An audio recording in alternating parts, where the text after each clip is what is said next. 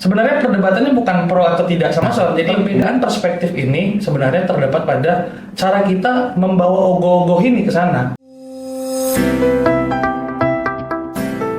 Karena sekali ya sebenarnya yang dikhawatirkan itu bukan soundnya, karena yang dituntut teman-teman Yowana juga harus menyediakan sound di Catus Patel. Ya.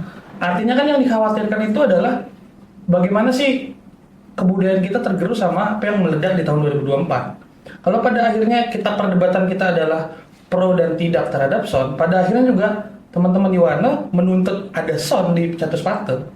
Jadi kembali ke argumentasi saya di awal tadi, cara mereka untuk menikmati Hari Raya Pengerupukan dalam konteks mengarak ogoh-ogoh ya, dia ingin ada pengiringnya dong dengan lagu-laguan, gamel-gamelan. Makanya sesuai dengan pertemuan di DPD kemarin, kalau memang dirasa tidak boleh melalui Perda, pemerintah dalam hal ini Pemkot, tolong disediakan teman-teman gamelan misalnya, atau disewakan atau apa, seperti itu statementnya.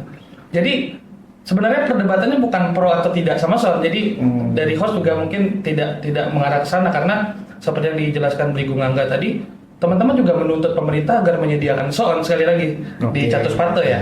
Nah, perbedaan perspektif ini sebenarnya terdapat pada cara kita membawa ogoh-ogoh ini ke sana.